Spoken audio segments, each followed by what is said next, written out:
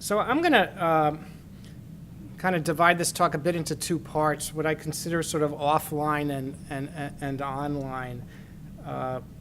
Two people have asked me in the last couple of weeks, like how journalism has changed since I got started centuries ago, and I said to them, basically nothing's changed, but also like everything's changed.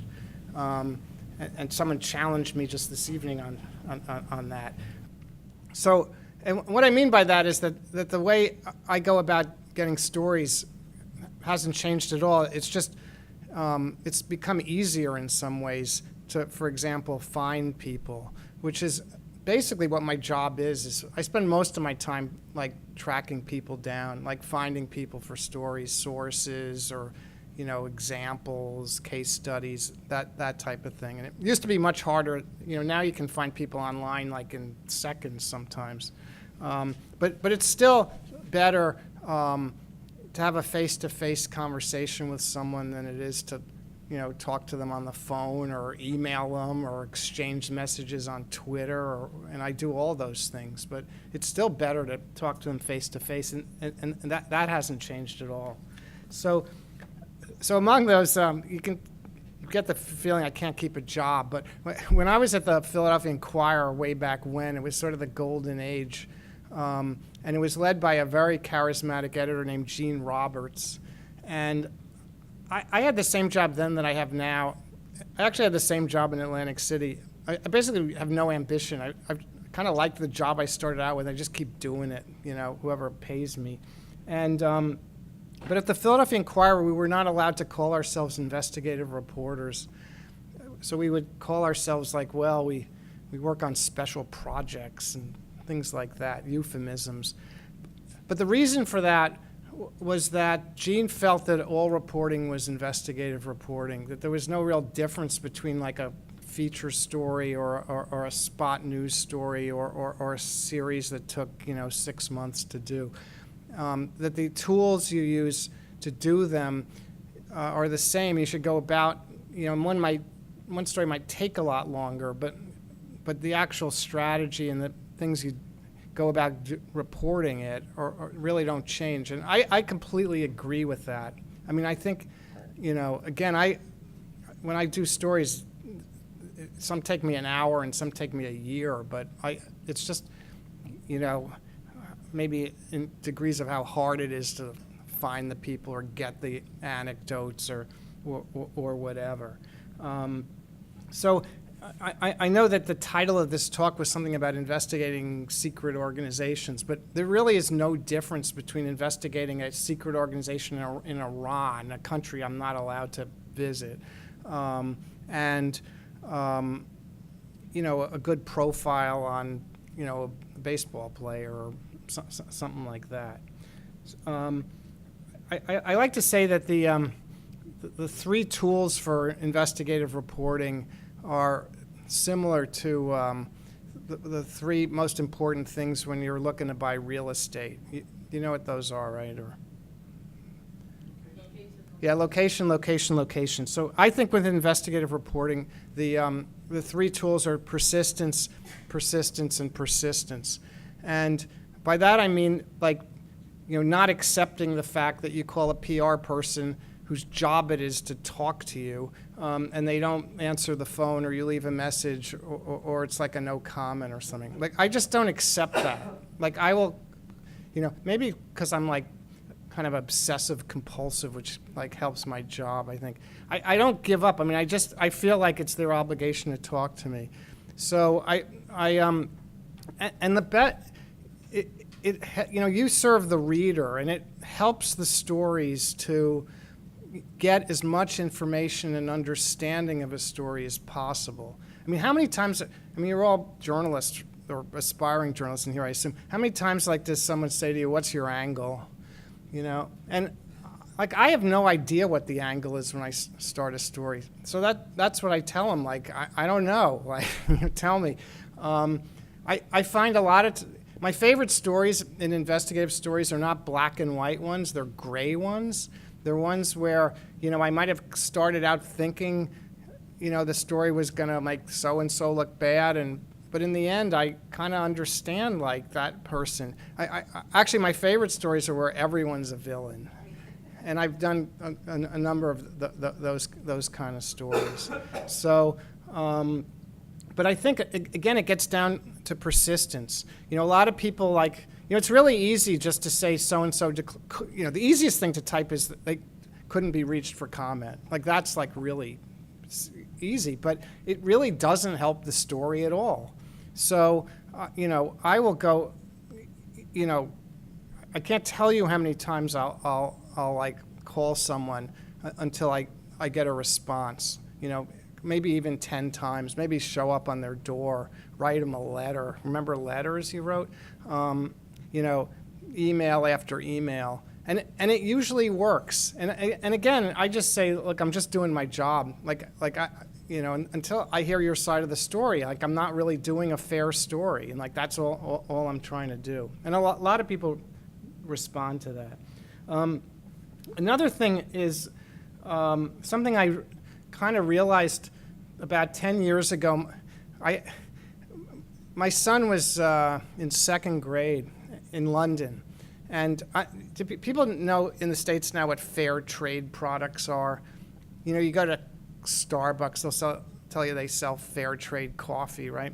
So this is like one of the best investigative ideas I ever got, right? My son is doing a project on fair trade products, and the teacher assigns him to go to the local supermarket and price fair trade bananas versus other bananas. And I take a reporter's notebook and take them to Sainsbury's. And in the UK, like bananas are like a big business. In fact, it turns out, I didn't know this, but they're the biggest selling product in the supermarket. And it's not just the States where there's like only one kind of banana. Do you notice that? Like maybe there might be little red ones, but usually there's just one. But in the UK and in other parts of Europe, there's like organic bananas and fair trade bananas and like regular bananas sold by the liter and small bananas from the Caribbean and on and on and on. And so it took a while to sort of figure this out. And it was complicated by the fact that bananas are sold not just like by the kilo, but also they're in plastic bags. So you have to count how many there are. And we weighed them. Anyway, it took me about 5 minutes to realize that the price of fair trade bananas was 16 times the price of regular bananas. And I'm thinking, like, where does that money go, Like, because you're always told with fair trade products that there's some peasant long down the end of the line and it's for him, right? Some banana picker in Costa Rica. Well, turns out it's not quite the case. He gets a little extra money, but like the supermarkets get a lot of money. And the thing is like totally non-transparent. I mean, it took me forever to figure out how much like the banana plantation guy got from fair trade bananas. Coffee was a bit easier. Bananas are really complicated. And they make it so because it's one of these feel-good things. Like, you feel good because you're buying this stuff, right?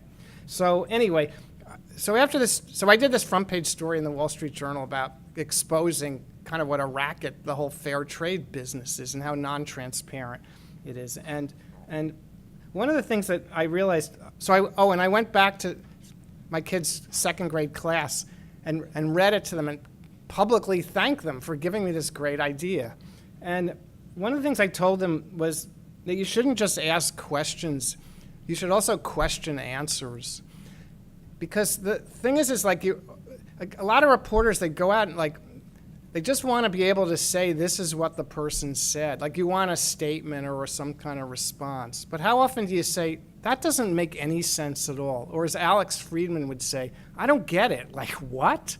And you'd be surprised like how effective that can be to get someone to sort of elaborate. If you sort of challenge, like that doesn't make sense, or that's not my understanding of it, rather than just sort of kind of accept it as fact. So that's another thing I like to do is just question answers. And I got that from that story, because their explanation of like why it costs so much more. One case it was like, well, they're in a plastic bag. I said, well, do you know what plastic bags cost? And then I weighed it without a plastic. I mean, it was just ludicrous. Okay, so another thing I want to just mention, and then before I jump into the kind of the internet part of it, is so who are my best sources? You know, I'm like a hit and run driver, right? I like do a story. I have no Rolodex. I'll investigate the Supreme Leader of Iran 1 year, and I'll investigate the Oil for Food program another year, and I'll investigate something else next year. And it may flow a bit, but there's no real continuity. Like I've only once had a beat, and that lasted a few months. So what I tend to do is I go to what I consider sort of the best sources. So my best all-time sources, I don't know why I'm telling and giving away all my secrets here, but my best all-time sources are former employees. Does anyone know, like, why that is? Like, yeah. Sorry? Access to grind, right. It's almost automatic to think of the word former employee. It's impossible to think of it without the word disgruntled in front of it, right? They're always disgruntled. They're actually not always disgruntled, but that's one reason, possibly. I don't care if they have an axe to grind. As long as the information's accurate, like, so what? I mean, so what they have an axe to grind? You know, if it's shading the truth, then I care. But if they got documents, like, that's fine. Any other reasons why you might want to talk to former employees? They haven't no longer have a hold on them. Right, exactly. They've left. And so the good part of it is they're no longer worried about losing their job if they talk to you. The bad part is kind of like it's like there's a window of when they sort of knew exactly what was going on. But you'd be surprised. If you're like me, like, aren't you in touch with, like, other people you worked with at previous jobs? I know more gossip at the Wall Street Journal today than I ever do at Reuters. I'll probably know that stuff if I ever leave. But people, even when they leave, they maintain contact, and they often know what's going on, and they can help find what's going on. So that's another reason, even though they're former, like, even if they left a few years ago, they often, like, have stuff. The other thing that I learned is that former employees invariably have something called a CYA file. Do you know what that is? Those are, cover your ass file. I learned this when I was investigating a nuclear plant project in Ohio once, and I met a guy who turned out to be the chief engineer of the whole project. And he mentioned that he had a CYA file. You know, I think it's human nature that people, they collect stuff just in case they might need to use it someday. So, like, your boss sends you this, like, nasty, semi-abusive email, or threatens you, or tells you got to do 7 stories a day now instead of 3 or whatever, and you keep it just in case. People do that the world over, no matter where they work. They just collect this stuff, and they often take it with them. So former employees. The others are lawyers. Lawyers are great. The reason is first of all, they're lawyers, so they know, like, what they can say and not say, and they're not too worried about that stuff. Unless they work for some giant law firm, they often don't have PR people, which has become a real problem the world over in terms of blocking your access to real people. And lawyers, I mean, it's hard to think of a story where lawyers aren't involved in some way, right? There's always lawyers. And so, like, whenever I read those merger and acquisition scoops at business papers, and they say people familiar with the matter, I always assume it's either the lawyers or the investment bankers or both, So lawyers are, like, really, really great sources. So how do you find former employees, right? Well, it used to be really hard. I mean, I used to, like, try to get access to employee directories. I once went to the World Bank bookstore and discovered you could buy the directory of every World Bank employee in there. Now I bet you could just look it up online. So I'm going to show you, like, a few tools I use, like, all the time.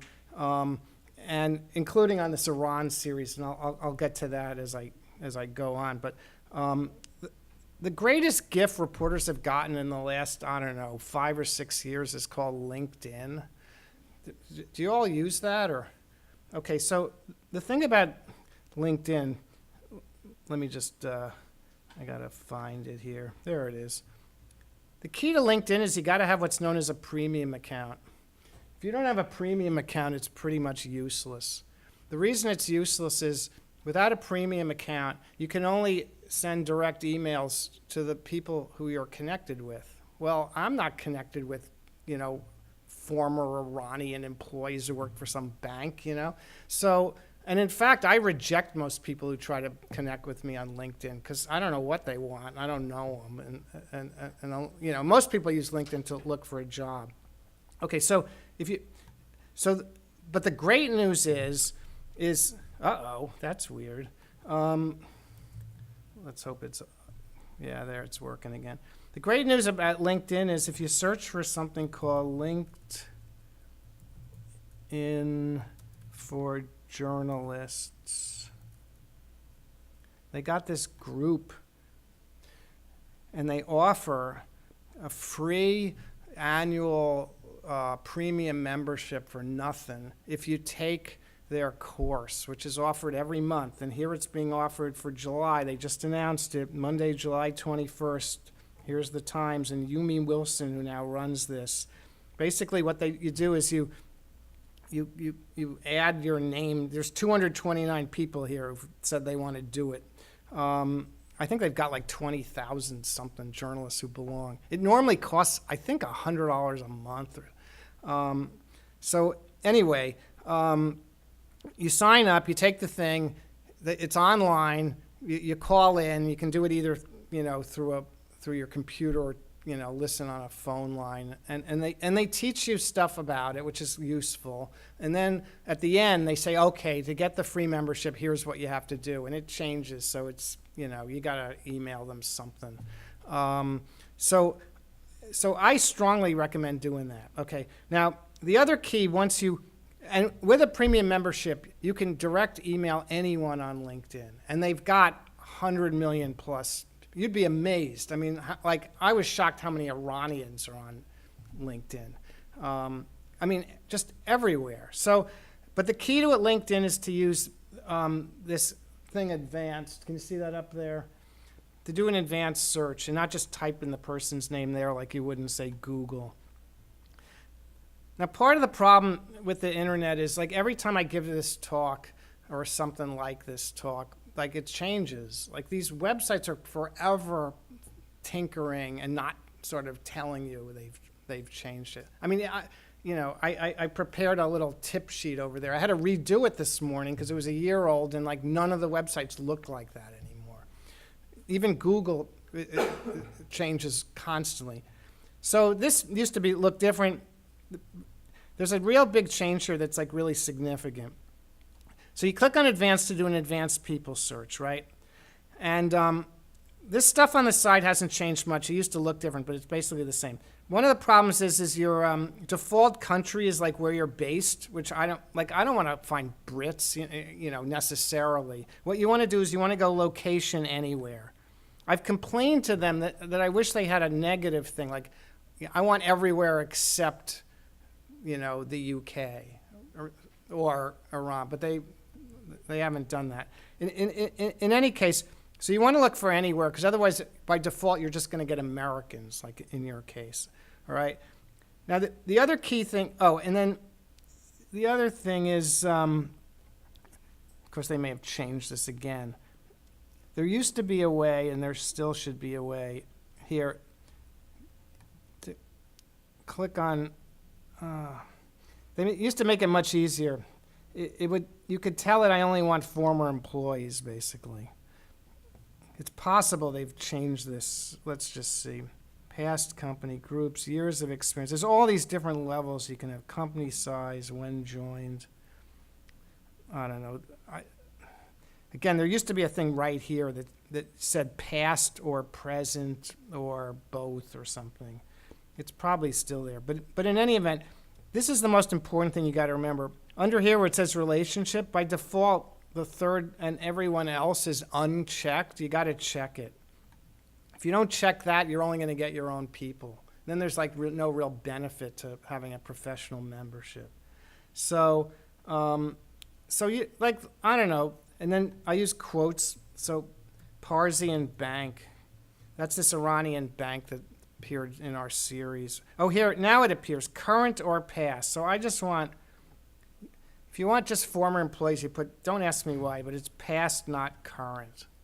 Okay, that's just former employees. Anywhere, location, search. Boom. So you get, I don't know, how many different ones? 139. Now, who would have thought? 139 former employees worked at Parsian Bank, which is this Iranian bank. That's like pretty good. Now, the other little trick I'll show you, let's just see if it works. It doesn't always work. Oh, so anyway, yeah, so let's say I look at Mr. Tahiri and I decide, I don't know what his connection is with Parsian Bank. Hit Alt-F, Parsian. There's 6 matches. He was Research and Marketing Development Director for Parsian Bank from January 05 to March 09. Okay, so let's just say, yeah, I think he'd be useful. So I don't connect with the guy. I send him an in-mail. And that's how you contact someone directly. And that, by the way, unlike Facebook, goes to the guy's real registered email address, not to some, in other words, he doesn't have to log on to LinkedIn and know he got the email. Now, I don't know if you noticed before, but there are some people on LinkedIn who like to remain anonymous, or at least they think they're anonymous. So there's a couple here. This person too,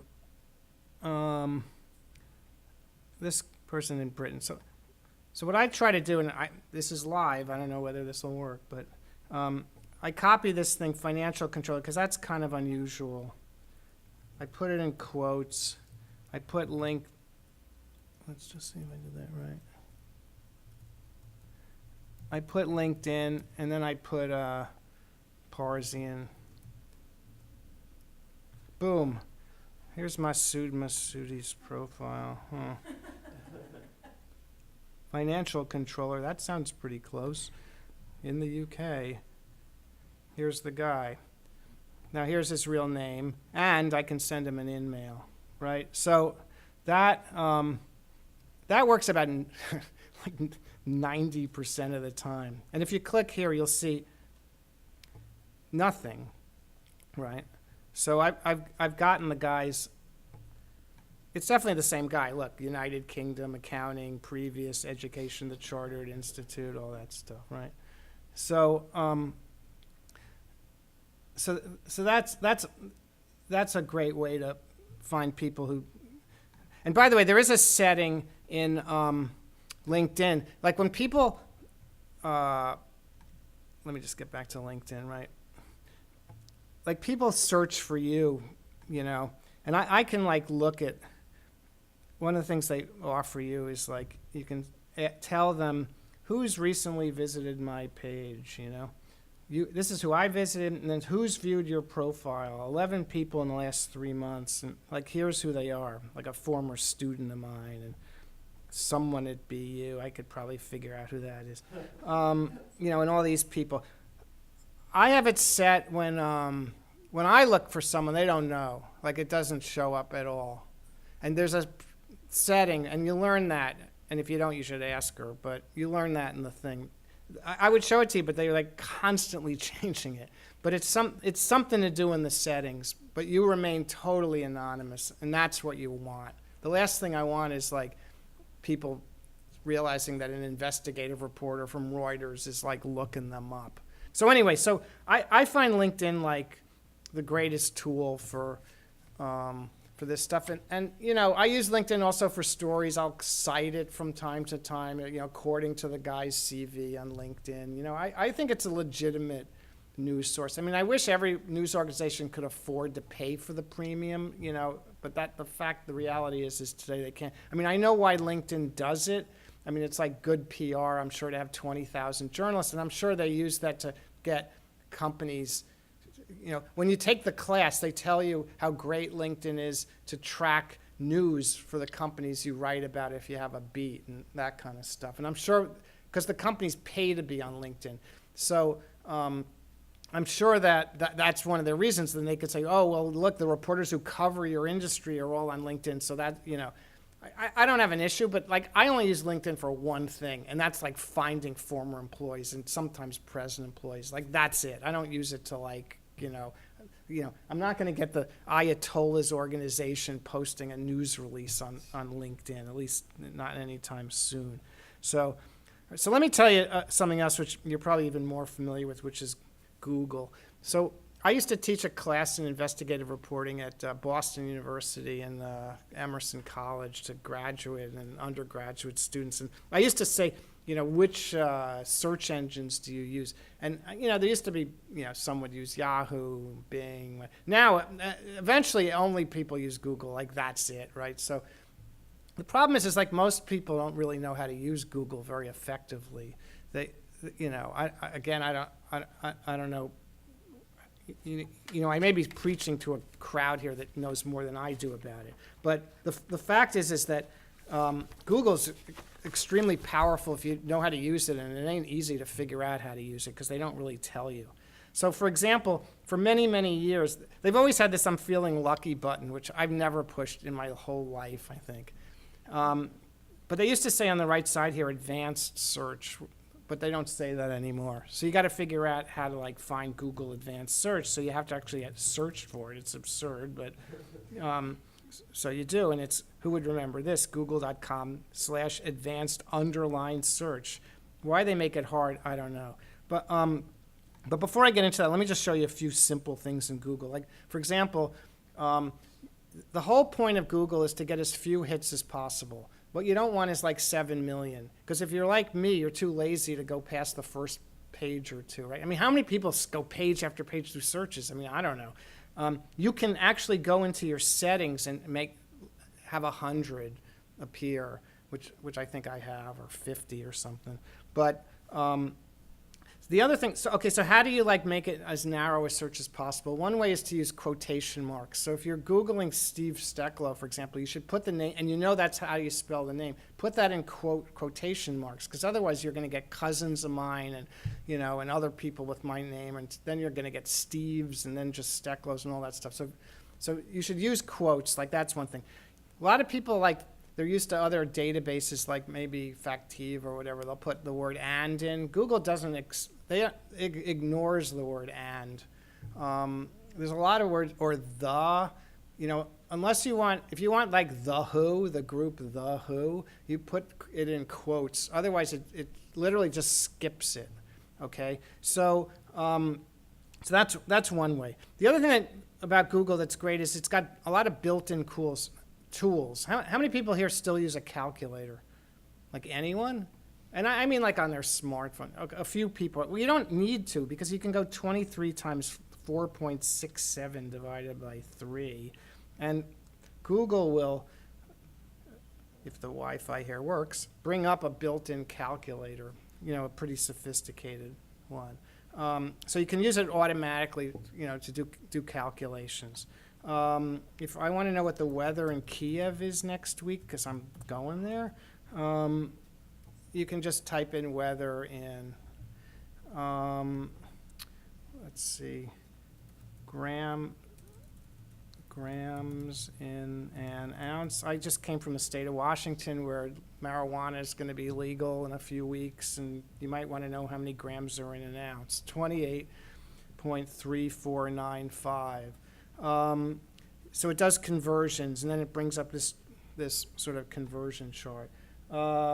What else does it do? I showed you the weather. It can do stock symbols. Here's one I use all the time. One Great British Pound in U.S. dollar. I want to know what the exchange rate is. It's getting expensive. So that's another tool. But my favorite all-time tool is what's called the cite command, S-I-T-E. Does anyone know what that is? Nope. Okay. So you know how a lot of websites have a built-in search command? Like, they'll have within their website like a little box to search their own website. And it's usually terrible. I'm really glad that Rukmini isn't here, because the New York Times has the worst. If you search for something in the New York Times, it brings it up. There's no, it's total chaos. There's no order. It's not in chronological order. It's not, I don't know what it's in, like relevant. It's absurd. But you don't need that. You can use Google just to search one website and only that website, but you have to use the cite command. So the way to use the cite command is you type in cite colon, well, okay, you type cite colon, I don't know, NewYorkTimes.com, and then it's hard to spell her name, so she's not here, so I can like do this, Rukmini, and then just search, and we get 47 results. And I only put Rukmini. Let's put her real full name in. How do you spell her last name? Callinimachi. Right, okay. Is it possible she doesn't have a story yet? Or let's make sure we... It's R-U-K-M. Oh, no, I got it here, wait. It's R-U-K-M, right. I got it, that's right, so that would... And then it's C-A-L-L-I-M-A-C-H-I. There, 14, right. So this is every reference to her on the New York Times website. And there's a few others they've left out, but so I use this constantly on websites if I'm looking for some document. So what is it? Cite colon, no space, and then the website, and then space, and then your keywords. You can also put the keywords first. But there's other commands in Google, like, let's just say, I don't know, I'm making this up, but let's just say we wanted to search chase.com, and we're looking for, I don't know, hacking, and I know it was a PDF, but I can't remember much besides that. So there's a command called file type colon PDF. So it's only going to look for PDF files on that site that have the word hacking in it. And look at that. There's actually 3 hits. And how long did that take to come up, you know? These are PDF files on Chase's website that, not surprisingly, have to do with cybercrime and identity theft and stuff like that. But sometimes, you know, I'll remember, yeah, I saw this PDF file, but I can't remember what it was called or something. So again, the cite command. Well, let me show you on the I've got a real life example here. Sorry, can I try a question? Yeah, On the file type, what else is there other than PDF? Excel files, Word doc files, a whole bunch of them. Okay, so like on this this Kamini, this is part 1 of this series. I don't know if anyone had the chance to read it. It's 10,000 words. I'll understand if you didn't. But so one of the things is, as Patty mentioned, like, so this is basically about how the Supreme Leader of Iran, who's the top religious cleric, controls this gigantic conglomerate that we estimated was worth about $95 billion. And the source of it was basically stealing people's homes or confiscating people's homes. So essentially, like, almost everyone who leaves Iran, they will go to court and declare that their property they left behind, whether it be an apartment or a factory or whatever, has been abandoned. And then under the Constitution, which was passed in like 1980, they are allowed to confiscate abandoned properties. So that's what they do, and then they auction them off. So we discovered that that there was a website called ariatender.com, which I can't read Farsi, but which is why I hired Babak Degan Pisha, who's this fantastic reporter who now works for us full time, and Yagana Torbati, who was at that time a Reuters reporter covering Iran out of Dubai. And I think Babak discovered that Ariatender is essentially the eBay of Iranian real estate. It's basically an aggregator of property auctions, and it lists. They scan newspapers and wherever else, and then they list these properties. So the question was, how could we figure out whether any of them belong to Satad? So let me just show you something.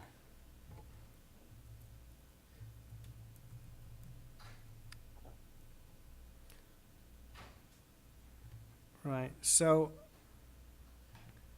what I did is I said to Yagana, I think, I said, I want you to write out for me in Persian, how do you say Satad? So she did. And it's like that. And what's great about Google is it understands foreign languages like really well. So then I did site:/ariatender.com, and then I think I put it in quotes. It's a little hard because it's left to right, whatever. Boom. So here's 9 hits. All of these are from the auction site, and they mention, the Satad, which has a long Persian name, which, the executive order of the imam or some such thing. So we were able to find auctions partly that way. It wasn't foolproof, but it did work. For one thing it did was it gave us other keywords to search for that seemed to appear, and those 9 might say some other word, and we would search for that. Now again, none of this helps me because I don't speak, but I can guarantee you this is a listing for an auction that's from Satad. And Babak and June, we created this this database, and then did this. So we eventually said let's limit ourselves to the month of May 2013. The series, we started reporting it in April. And we discovered this in June. Because one of the things we discovered was Area Tender, after the auction's over, they take it off their website. So we did this. There's this really cool chart here. We found almost 300 properties that had been auctioned off just that month. And we made this, guys, and you can look up every single one of them and what it said about them. What it costs. This is an order of price, I think. So the most expensive, no, that's type. This is price. The most expensive one was a pool and spa in Tehran for $14.5 million. And then there was a $5.7 million land outside of village borders, et cetera, et cetera. So we did, our graphics people who are great did this thing, which I thought was pretty neat. But again, that was in part how we did it. Another thing I tried, but it wasn't as effective, was I tried to scrape the website. You know what scraping is? So a lot of, I wrote about this when I was at the Wall Street Journal, but it's gotten it's so popular that now there's tools that are free to use it. But basically it's a tool that copies it goes through every page of the website systematically, and it copies those files, and then and creates a database. So I actually did that. This is a different one, but it's every single page, And what I was looking for was it's called. I use a Mac program called SiteSucker, and it's free. It takes a long time, depending on how big the thing was, days. In fact, I had to do it in New York because my computer at home, the internet wasn't fast enough. It would have taken a week or something. We did it in a few hours. And you end up with gigabytes of data. But then, and it's funny, it's great being in a university where even the security guard has a Mac in front of them. I'm I did an investigation of Steve Jobs, so I'm allowed to be a Mac fanboy. But in terms of investigative reporting, there's nothing better. And the reason is because Windows sucks when it comes to searching. Have you ever tried to find a file on your Mac? How long does that take, right? So here's an example. This is my entire CUNY file, and it's got gigabyte. I forget how many gigabytes this thing is, but if I search for the word Satad, literally in 2 seconds, it brings up every single reference. Literally, because the Mac is always indexing. Every time something changes or you add something, it creates an index, and then it searches that index. By the way, all Google is a master index of keywords. That's what Google is not literally storing every website. They have the index in the back of a book of 1 million words and what the link is. to the website. That's why it's so fast, because all you're searching is an index. You're not literally like going into the New York Times, website to find that one of those stories I found before. So anyway, I literally, this is a Reuters Mac, which was a major accomplishment, believe me. In fact, believe it or not, one of my negotiations to go, I said I would only I'd only leave the Wall Street Journal if they would give me a Mac, because I wasn't going to work on a Windows machine. Anyway, but the stock options backdating, I actually grilled Steve Jobs face-to-face on it and stuff, so it does not affect my reporting. So that's another thing. By the way, I want to leave time for questions, but there's a few other tools I want to show you that I use all the time. One's called the Wayback Machine. Do people know what this is? A few nods, not everyone. Okay, so what the Wayback Machine is it's some, I guess it's a nonprofit. Basically, it sends these spiders who crawl around the internet day and night, taking pictures of every web page it finds, and then it stores them. And it's like, I don't know, it's got like 30 billion or more pages.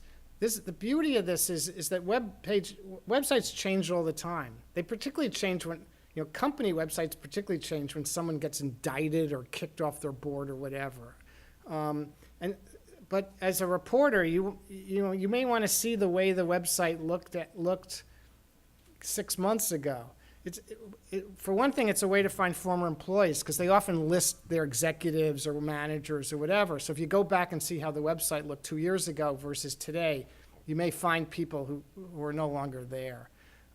There's this big scandal now with American Apparel and its CEO, Dov Charney, who was summarily fired last week. I bet if we went to American Apparel, so we'll see if he still appears on the website, but he might have last week before that happened. So anyway, the thing about the Wayback Machine, okay, so it's archive.org, right? So you go to archive.org, and then it does a bunch of stuff, and then you type in the website. I'm going to type in a website. One of the things we learned in scanning through those pictures, those auctions on ariatender.com was a reference to a website called saa-s.ir. And it said that for further information, go to this website. And we realized we thought that had something to do with Satad.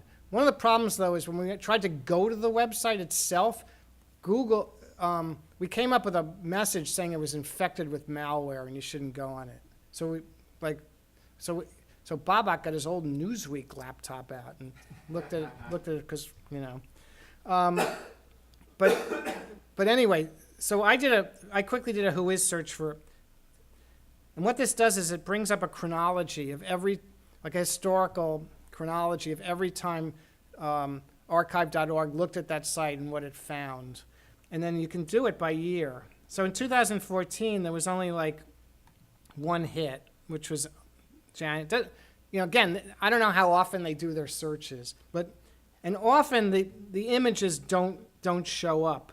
If you were to look at that image, you might see him. But as I say, I don't want to go to that site because as far as I know, it could still be affected with malware. But I use this all the time in terms of looking at sites. Sometimes you don't get much, or like that one, you can't really see the pictures. Sometimes you can. Sometimes you can drill down pretty deep. Sometimes you can't. It's really hit or miss. But, I have found sites that the company took down that contained old PDF files, stuff like that. That's another great thing, like using the cite command. I was once doing an investigation of something called the Reserve Fund in New York, which was the first money market fund, and it was in trouble because the whole idea of it was that it was, the shares were worth $1. So if you have a money market fund, you never worry that the amount you have in there is going to go down. Well, in their case, it went down. And doing a site command search, I found a PDF file of like all their employees and their home phone numbers and email addresses and all that stuff. And obviously some IT guy screwed up and left it on the site somewhere. And all I did was site command, like whatever their website was, search for PDF files. And I came up with that. So, and that turned out to be really great. So here's a way to look low at a site that I'm not even, I'm too scared to call it up. And here's how it looked. Now, another thing, okay, does anyone here have their own website? Yeah, a few people, not that many. So when you have your own website, you got to do two things. One is you have to register the name, www.stevestecklow.com, and then you got to find someone to host it. And often the companies may be the same. So GoDaddy will register your name, and if you pay them, host it, but it doesn't have to be the same. The reason I mention this is when you register the name, they ask you for information. And that information ends up in something like an internet registration, which is known as the Whois directory, WHOIS, one word. And I've, over the years, have had great luck getting information out of the Whois directory. It's much harder today because now they have what's known as anonymizers. You can pay GoDaddy $4.99 a month or whatever they charge, and they will disguise this information. So if you, I'm trying to think, let's see. Well, and many different companies have Whois records, but the best one is domaintools.com because they have an archive of them, which they sell. So it's sort of like archive.org, but just Whois records. So you go to domaintools.com. Here's a good example. I was doing some investigation about sanctions busting. I came across a company called Exit 40 that had a website called exit40.com. But if you go to exit40.com, you can't get to it because the company went out of business and the site's down. So you can try it on your computers, but you won't get it, right? So first I did an archive.org to show that this site really existed, and I got some information, including the fact that it seemed to be based in Switzerland and stuff like that. But then I did a Whois search, and lo and behold, when you do a Whois lookup, again, this company keeps changing information, but it's the stuff in gray that's the Whois record. They had here an administrative contact for a guy named Bashir, Wayne Bashir, with this phone number on it and some kind of post office box in Dubai. And I remember I called the number and got Wayne, and his first question was, how'd you get my number? Well, it's on the internet. He turned out to be a former employee, a very high-ranking former employee. He was great. So it doesn't always work, but you never know, and it's like worth trying. And you can buy from them the earlier Whois records too. They'll sell it to you for like I think it's like $1 each or something. It's not very expensive. I think you have to buy $10 worth or something. I used to subscribe to it. But I'll show you something else. So here's, remember SAA, the malware site. So this turned out to be really critical for the Iran series.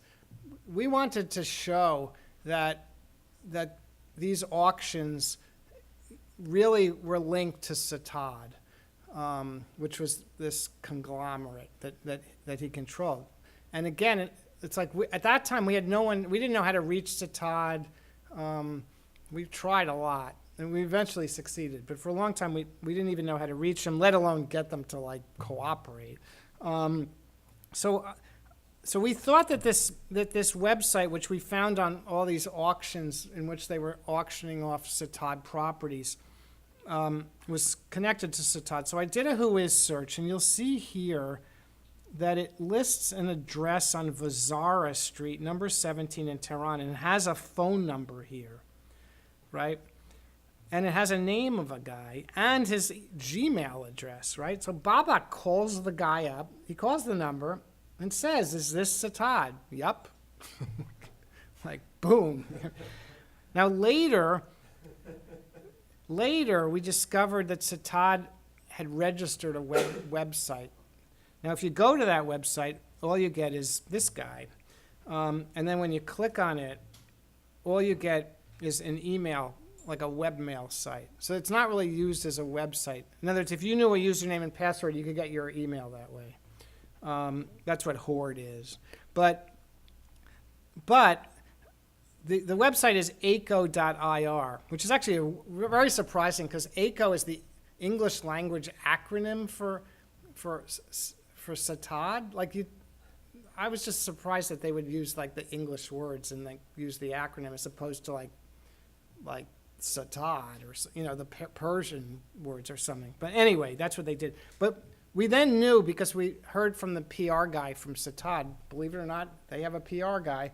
And his email address was so-and-so at aco.ir. So I knew that aco.ir was Satad's address. So I then did right away a whois search, and lo and behold, when you look at the address for it, it's Vazara Street, number 17, and they got the same IT guy with the same Gmail address. So that showed clearly that Satad's own website and this site were owned by the same outfit. So we then knew safely that we could create that chart and show these were really Satad properties and all that kind of stuff. But this was like one way we were able to do reporting inside Iran without going to Iran, by calling someone up whose phone number we got, on the internet. So that turned out to be a really kind of cool thing. I'm just seeing what else I want to show you here. Okay, so I showed you LinkedIn. That's the Area Tender site. Just a few other things, like in the States here, there's a site called dexknows.com. You can find neighbors that way. I was telling Burku earlier that she's a PhD student at Columbia, that back when I started, to find neighbors, they used to have these big books called reverse directories, which were also known as trick books, and they were really expensive, and only one company, I think Donnelly made, I think it was Donnelly made them, I don't remember, but I literally used to call libraries in like other states, to ask for the research librarian and beg her to like look up some address, because it listed it by address. So I'd look up the address and then could you like, I don't know, Xerox and remember fax it to me, and that way I could find out who the neighbors were. So I'm talking like a crime, there's a plane crash or a tornado, and you want to find. So that took, and if it was after 5 o'clock, forget getting the librarian, Whereas now you can get this stuff online in like seconds. So the one for neighbors, at least in the States, is Dex Knows, and then you can just put in like an address, that's my dad, and then it brings up all his neighbors, and then you can just click on them, and then they try to sell you stuff. They're now part of White Pages, but they will give you the home address and phone number and maybe how old they are roughly and that kind of stuff. So that can be pretty useful for neighbors. But again, when I said nothing's changed, neighbors are really important, like for a lot of news stories and stuff. Like that's not changed. What's changed is like how easy it is to figure out who they are these days. As a citizen, I'm like outraged by how all this information's out there. But as a reporter, it's like the greatest gift of all time. I have like no problem at all. But here's an even more kind of nefarious one. This is a service that Reuters subscribes to called TLO, where you can literally, it's based on people's like credit records and criminal records, and you can get unlisted phone numbers and all this kind of stuff. You have to pay for it though. And I was just trying to track down this guy, and here's a guy. I can do an entire report on him, and that'll list lots and lots and lots of stuff. It won't give you his social security number. It'll give you like everything else. If he's ever been convicted, who his neighbors are, every property he's ever owned, who's he associated with, maybe his email address, phone numbers. I mean, I've definitely gotten people's cell phone numbers off that thing, which there is no directory of cell phone numbers that I'm aware of. Even getting people's email addresses is really hard. One of the things I do is I'll do a search for the word the @ sign in Google, see if that comes up. Someone recently, I can't remember the name of it now, I've got it written down somewhere, but there was a website that sort of tests websites that will show you for, say, a company what the structure of their email addresses. So if it's first name dot last name at so-and-so, it'll like show you that. So you can sort of figure that out. But I recently had a problem with United Airlines, and I like filed a complaint, and I waited the first thing I got back was a message that said it's going to take 14 business days to get back to you. And then I get back, and their response showed they never read or understood what I wrote about. So I Googled CEO United Airlines email address. Sure enough, some guy posted it. I wrote back to this person saying that this was completely unacceptable, and it was clear she hadn't, I mean, basically, my kid had an awards ticket, and we tried to change it, and they wouldn't change it. They wanted 50,000 miles to change it, which was like as much as we had paid. And then without telling us, they got him a different flight for free, but never told us. So we get an email like, your flight's leaving in 2 hours.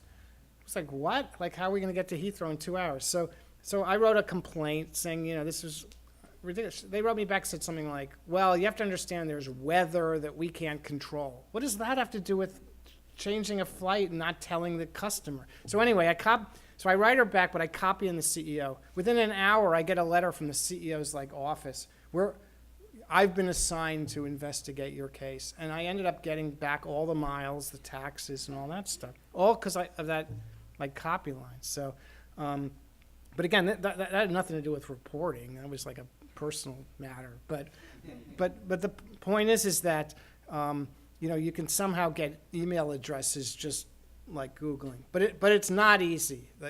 Unfortunately, you guess, but sometimes you send the email to the wrong person and that kind of thing. I know a few other tricks, but it would, they're not. It's not successful enough to really sort of show you. Let me show you something else that's fantastic. I used to, a lot of stories I do, I believe in primary documentation. So for example, on the Iran series, I insisted, we kept being told what was the history of Satad, when did it start? We kept getting references to edicts and the Iranian constitution regarding the abandoned properties being confiscated, all this stuff. I literally ordered a book from Amazon of an English language translation of the Iranian constitution. And I read it front to back several times just so I kind of understood it. I also insisted that we get the actual edicts. People told us Satad started, the Treasury Department told me it started in 2002. We were told by someone else it started in 84. We were told by someone else it was in 89. It was actually in 89. But, I would say to June and Baba, find the original edict that the original Ayatollah Khomeini had signed. That must exist. And sure enough, it did. And they actually got the original edict. And we have them in the series, and you can often click on it and stuff. But anyway, my point is that a lot of stories I do are based on primary documents, which is something I learned in junior high school. You don't want someone describing the document. Then you run into the trouble the New York Times recently did, where they had to do a pretty significant correction because they accused someone of insider trading. Or I'm trying to remember. You'd have to read their ombudsman last week, but they had a couple of major errors. One of them was based on someone who read a military report but didn't quite remember it correctly. And you want the report. I mean, plain and simple. So anyway, I remember I once did an investigation outside of Philadelphia of a town that seemed to be fixing a lot of traffic tickets, and I wanted to sort of prove that. So I went to the courthouse and I said, I want to get copies of hundreds of, traffic violations, and they said that's $1 a page. And this was like in the 80s, that's like $3 a page today. So I literally went out and bought a Xerox machine, which cost about $400. And I said to them, if I bring in my own copy machine, could I use it? No one had ever suggested that before. She said, okay. So that's what I ended up doing, is like bringing this Canon, copy machine and spending like all day there making copies. Today, I wouldn't have to do any of that. I would take out my iPhone and I'd use this program called Turbo Scan, which costs $3. And then I would make high resolution copies that are immediately converted into a PDF file that I email to myself or my colleague or whatever. And last year I was in Dubai interviewing a really great source who brought a gym bag of documents to my hotel room, and like hundreds of them, and for an investigation we were doing. And I said to my colleagues, could you please, I whispered to them, give him some food or something, and because he gave me this report, and I literally just went over to the desk. I mean, he knew I was doing this. Went over to the desk and just with my phone and just copied all the pages I needed, perfect, perfect. So you don't need a Xerox machine. You don't need a scanner, which I also have at home. Your phone will do that. So that's another fantastic. And by the way, TurboScan's not the only one. There's a whole bunch of them. Some of them are free, and I just find this one's incredible. It takes the picture, like a high-res picture, and you can take an even higher-res one. Then it automatically crops it, and 9 times out of 10, it's perfect. It does all the edges perfectly. Then you just click done, and then you tell it to either email it to yourself, store it, whatever. And I could show you on my phone a list of all these documents I've made. I was in Kiev 3 weeks ago, and a prosecutor left me alone in a room with this report, and I just started taking pictures of it. So that's another great thing that's that's new. Okay, I showed you that. Let's see if there's anything else. That was that search. That's pretty much it. I used to tell my students when I taught this course, which was 10 classes, I'd say, look, by the time I'm done, I'll have told you every single thing I know about reporting, and that'll be it. And the last day, I always said, well, that's it. I have nothing more to say. I've taught you everything I know. Now, I don't think I've taught you everything I know in an hour and 20 minutes or so. But anyway, if anyone has any questions, I'm happy to talk about the series or. Well, but for the video. Tell us what led to the tip with with Khomeini, because you said you hired the Iranians afterwards, so I assumed it came from them, but apparently not. No, I'll tell you how that story came. Every story has a genesis, as I like to say. This was the genesis. I'm on this small team of investigative reporters. We call ourselves enterprise reporters at Reuters, and several of them were just beginning a project about Russia, which actually ran a few weeks ago. And so my editor and several of the reporters, they all gathered in London for this meeting, which I was not part of because it was them. And but I went out to lunch with my editor and one of the reporters the next day. I said, what's this thing about? And they said, well, we're trying to prove that so-and-so is worth $1 billion. And I said, that's all? I'm told the Supreme Leader of Iran's worth $30 billion. And he said, that's what I want you to do this year. That's the story. And I had literally read the rumor on the internet. I had been writing about Iran for a long time. I had no idea whether this was true or not, or how I'd go about proving it, or anything. That's where the story came from. I mean, he basically said, that's what I want you to do. So I said, all right. And I tracked down the rumor, and I concluded very quickly that it probably wasn't true. Little did I know it was a lot more than 30. Although, again, it was not true in another sense. It actually said that it was his money. Well, we say over and over in our series, this is not his money. He controls this money.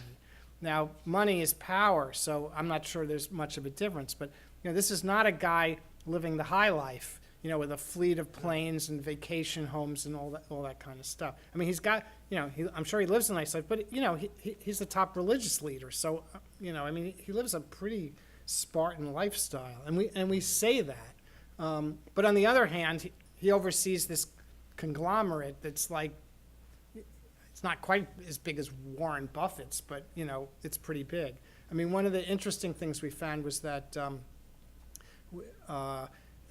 that in 2007 they commissioned a study about why Iran's economy wasn't as strong as other countries, and they concluded that it was because countries like South Korea and Japan had created conglomerates like Samsung and LG, and Iran didn't have any of those, so they ought to do one, and who better than them? They picked themselves to do it. So anyway, that's how the series got started. I mean, I then realized right away I don't speak a word of Farsi. I still don't. So I needed people who did. I love working with other people. You get the sense I don't know how to do a story myself, but I've done a whole bunch of series over the years where I find people like who can help. And so Babak Degenpisha was the partner of Farnaz Fasihi of the Wall Street Journal, who I'd worked with a lot. So I knew who he was. He was stringing for the Washington Post. He had been laid off like all the foreign correspondents for Newsweek. So I flew to Beirut, found out what he made, matched it, told him I'd try to get him a job full-time if this worked out, but I don't run the place. He's now full-time. That was the best thing that came out of this series. Better than the prizes was getting Babak on staff, I think. And then June Tarbati was this 26-year-old former Reuters trainee who was in Dubai watching Iranian state television day and night because Iran kicked Reuters out of Iran. They closed our bureau in 2012 and put the bureau chief on trial and convicted her. She finally left the country. Several people in Dubai to this day have to monitor Iran by watching television all day. June Tarbati is amazing. I mean, one of the things I learned about her early on is that she had been a former police reporter for the Baltimore Sun during some internship. I went, that's the kind of person I need. And she went to Yale. I mean, she's like really smart, but she's fluent in Farsi. And I could not get her out of her regular job, so she literally did this nights and weekends. And a lot of times when I speak to groups of like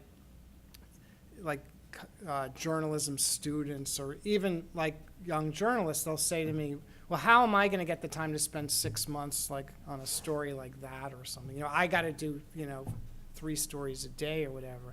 And I know I'm a former union guy, so I don't like to say this, but for me, I've been doing this so long because it's really not a job. I just love to do it. It's like you got to find something you're passionate about, and sometimes that may mean doing it in your spare time. So I work like crazy hours. I mean, I live in London, so just there's all sorts of time zone issues. So I could literally call June in Dubai at midnight, or as I often did on our way to the gym at the Dubai Mall or something, on a Saturday afternoon, and say, when are you going to be near a computer? I need you to translate something. And she would say, fine, or in 2 hours or whatever. And the series couldn't possibly have been done without their work. I mean, I was kind of like maybe the orchestra conductor, but they were playing the music, and they did just a phenomenal job. And as I say, this whole first part was basically about the property confiscations. The second part was this conglomerate, and we have this amazing chart of now, this series was almost killed in June of last year when this Treasury Department, totally out of the blue, sanctioned Satat and 37 companies it controlled. And that was one of the most depressing days I'd spent at Reuters. But Alex Friedman, to her credit, said, just keep going, find stuff they don't know about. If you look at this chart, the companies in blue, you see these little blue ones? They're the ones that were sanctioned. All the other ones they didn't know about. We found, I think, 186. I forget how many. I mean, there's like hundreds of them. So, so anyway, that's part 2. And part 3 was like a history lesson. This was the one June Turbati did with help, but her name's first. This was like the story of how this outfit like grew. I mean, its genesis and all, and it was really fascinating. I actually think the third part's the most interesting. I mean, the first part's the most disturbing because you read about an 82-year-old widow who was like hounded for years and lost her, her apartments and all that kind of stuff. I mean, you need good victims in stories, and you need human victims. And we found her through some human rights group. Do you know anyone who? I mean, it's not like often they have victims, but they don't.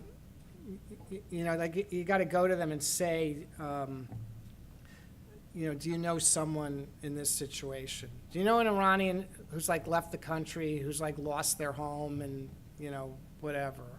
And they found this 82-year-old woman for us. I remember years and years ago, I did a story, Abby Pesta may remember this, but this was I did it with Samantha Marshall in Cambodia. And we were trying to find beer girls who had AIDS and what had happened to them. And if you've ever been to Southeast Asia, it's not unusual when you go to a restaurant that you're surrounded by these young women who have ice buckets, and they each sell a different kind of beer. So it might be Tiger beer or San Miguel or whatever. And you pick one, and they serve you the rest of the night. Well, these women are paid by the beer companies, and they typically make, I don't know, $1 or $2 a night. So they often supplement their income by going home with the customer, right? So what we wanted to find, and this was Sam's idea, we wanted to find a beer girl who had contracted AIDS because of that. And I remember making appointments with a bunch of NGOs, nonprofit groups in Phnom Penh. And the first one said, yeah, that would be interesting, but like we can't really help you. And it was like, I don't know, it was like the third one said, how many do you want? I don't know, like, 1 or 2, and I'll get you 3. And the next day, 3, she brings these 3 women who all had AIDS, who had all were working beer girls. And there was one who we picked to profile who, her story was horrific. I mean, she'd been fired, she'd been raped, gang raped at one point, and the beer companies just sort of let her go. And she was working for an American beer company, which was what I wanted. That was like the grand slam, so we could find, and we found one. So, so that was great. But so that's another thing I told you: former employees and lawyers, but also NGOs, and they all have an axe to grind. I mean, that's like their purpose is to grind an axe. But so what? I mean, if they can find someone who is legitimate and you can back it up, and we got this woman's medical records, then it can make a great story. So I mean, I've gotten some of my best stories out of NGOs and stuff. I mean, my favorite example of that was I was looking into possibly doing a story about child labor in India, in Bangalore. And I called up a guy at Human Rights Watch and said, because I knew this guy, and I said, you don't know anything about like child labor violations in Bangalore. Bangalore is like the Silicon Valley of India, right? And he says, I don't know anything about that, but did you hear about how Citibank was like hiring gangsters to shake down their own customers in Mumbai? I went, what? He says, oh yeah, let me send you a clip about it. And he sent me this clip, and it was a great story. I mean, we did a story about a big investigation of Citibank, shaking down its own customers in India. They would hand out credit cards left and right, and then when the bill hit $700, they would turn it over to these thugs who would threaten to kill them or remove one of their kidneys or put a knife to their throat. Those are all examples in the story. So those are my favorite. I told you I don't really have a beat, but my favorite kind of stories, if this could be a beat, is Western companies doing stuff abroad they wouldn't dare do at home. And that's not really an original idea. I mean, I've been saying that for a long time, but if you think of over the years, the New York Times won a whole thing about Apple and its overseas stuff.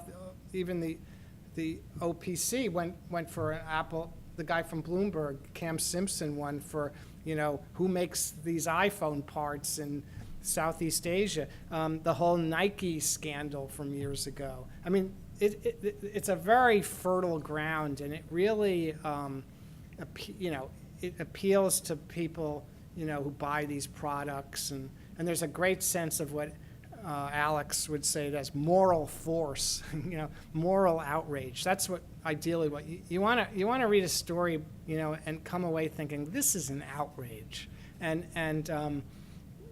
so often those stories, the fantastic example is the New York Times Walmart story a few years ago of what they did in Mexico to expand their business there, which was like, among other things, besides bribing people left and right, was like bulldozing, ruin, Mayan ruins and stuff. I mean, it was just, I read that story, I said, this is winning the Pulitzer Prize, and I ain't gonna be able to do a better story than that this year, forget it.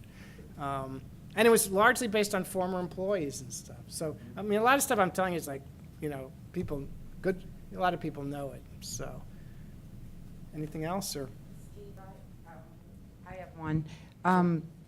Especially now that you do so much on the internet, you've talked a little bit about how you double-checked things, but isn't there a lot of risk that documents are doctored, or how to prove authenticity? That's a really good question. So how do I prove authenticity of documents? This is what I do. I send them to the company when I send it for comment. But here's how I do it. I'm a little careful about it. You might be interested in this back there. I never send the actual document, because the actual document can have metadata to show who created it, the date, and can give away your source. What I do is I take a screenshot of the document that I create, and then I send it to Huawei in China, and I'd say, this document seems to suggest the following, what's your comment? I don't say to them, by the way, is this document real? I don't say that because that's an invitation for them, If it ain't real, they're going to tell me. That's what I figure. So when they come back and they address the answers, no, that document, I've done a number of stories like this, but they'll come back and say, yeah, well, that document was from some, other company that, we don't do a lot of business with, or we don't do, whatever. But they're not denying the authenticity of the document at all. So that's what I do. I don't just run stories about documents, because believe me, one of the things about computers is you can create and fake, and my son's an expert in Photoshop. You can do all sorts of stuff. Change signatures, anything. So you got to be really careful. But I bend over backwards, as I said earlier, to about persistence to get all sides of the story. So I go to the companies and when they ask me what the angle is, if there is one, I tell them. I'm like an open book, because Steve Adler taught me this when I was at the Journal and he was at the Journal. For lack of a better thing, it's the no shit rule. You don't want someone picking up the newspaper the next morning over breakfast and saying, no, holy shit, I had no idea what this story was about. Then you're really in trouble. I tell the people whether they want to know or not what the story's going to say. So he calls it the no surprises rule. So there's no surprises. So they know. So I literally will go through it. We did this with Satad.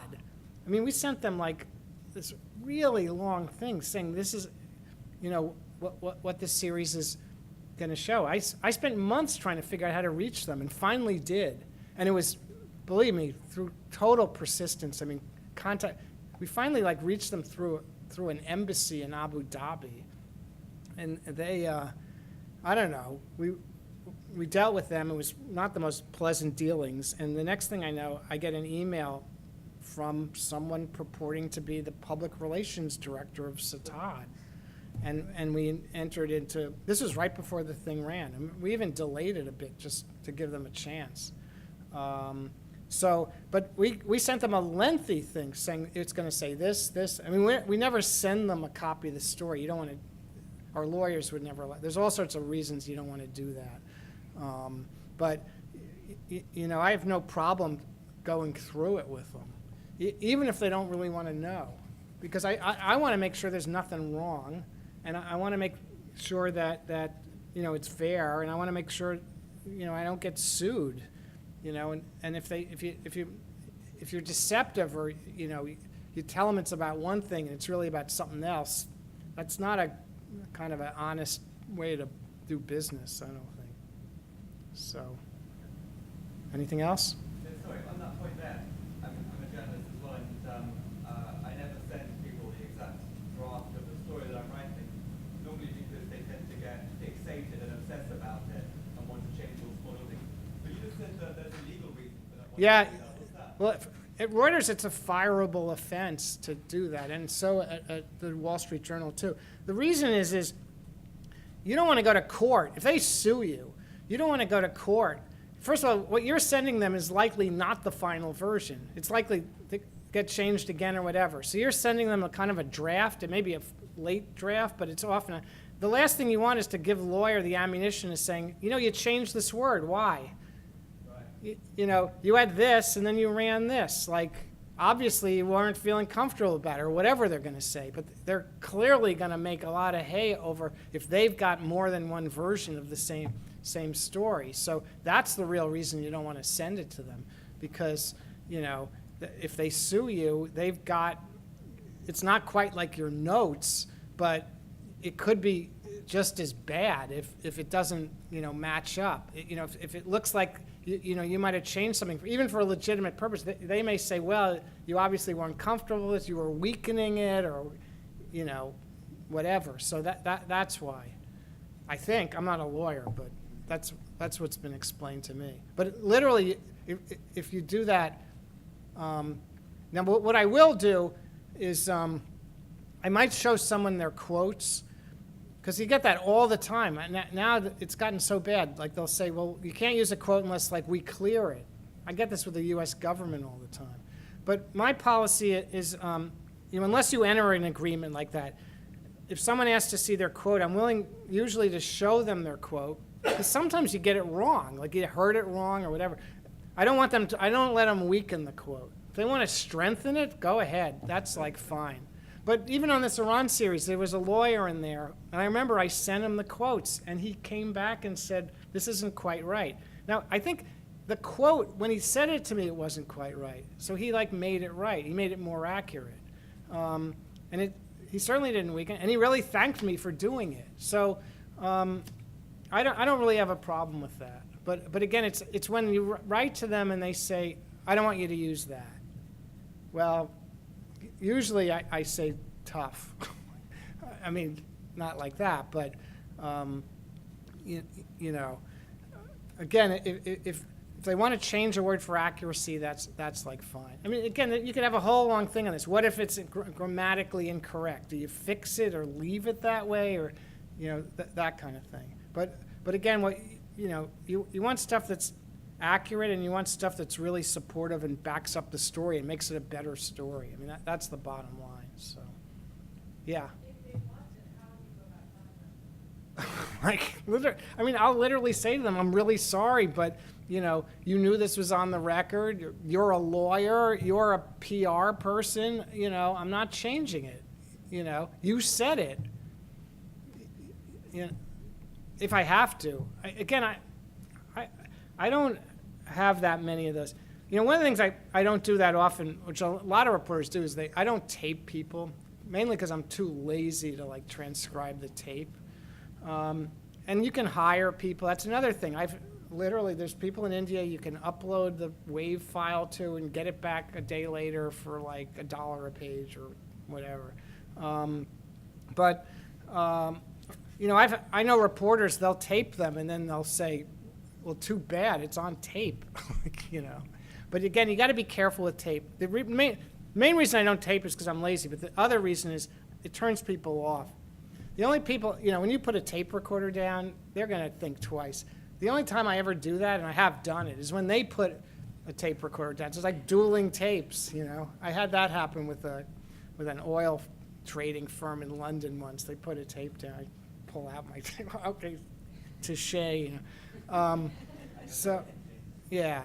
But if you do tape, then you're going to have less of a problem, over arguing whether they said it or not. But I've talked to other colleagues of mine, like, it's very different overseas. That's one thing that's different, particularly like in the UK. I mean, people will say things, you'll publish it, and they'll come back and say, I never said that at all. Like, and they're lying. Like, but that's apparently, that's why a lot of British reporters tape people. They'll tell you that's why, so that the people don't come back later and deny saying it. But the problem is in the States, it depends on every state, but basically you got to tell someone you're taping them.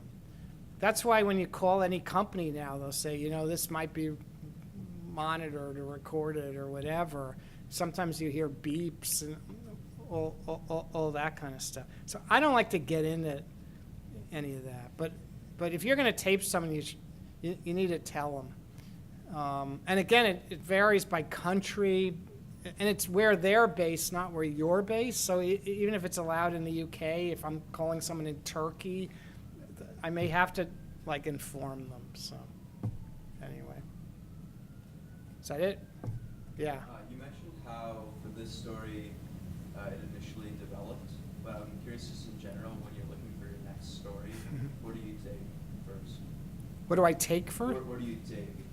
I mean, things that you're hearing, or are you looking in certain places? Well, you know, like, I'll tell you, you're only as good as your next story, as I said earlier. And like, you know, this story, I had no idea when I did it whether it would have any impact at all. Like, I literally had no idea. And it turns out it had quite a bit of impact. Finding the next story has been pretty hard. I mean, I'm working on one now. I get my ideas, if that's what you're asking, sometimes from other publications. It's like, but I don't mean like stealing the ideas or appropriating them, as they say now. I'm talking about, I once, for example, I lived in the UK when mad cow disease like became this big deal, and it started to spread in other countries, like throughout Europe. This was around late 2000, early 2001. And I read a long story, it was at least a full page in the International Herald Tribune about mad cow disease. And about 2/3 of the way through the story, they had this paragraph that sort of stuck out at me. It said that the British were, I don't know if you know about mad cow disease, but it's spread by cattle being fed ground up cattle. So it's kind of a form of cannibalism. And the British had this brilliant idea in the late 80s to save money by making cow feed out of ground up cattle, which was called bone meal, right? But the problem is like cannibalism, it causes kuru and brain diseases and stuff like that. Anyway, about 2/3 of the story, there's this paragraph saying the British banned the use of meat and bone meal in, I don't know, 1993, but continued to export it for several years. And then it went on to some totally different thing, and I went, what? Like, wait a minute, it's like, you know, they ban it for like domestic consumption, but it's okay to send it overseas. So I did a whole investigation just on that, like that one paragraph. And I'll admit, I stole the idea from the IHT. It's just they never explored it. So a lot of times I read a story and I go, I don't get this, like what?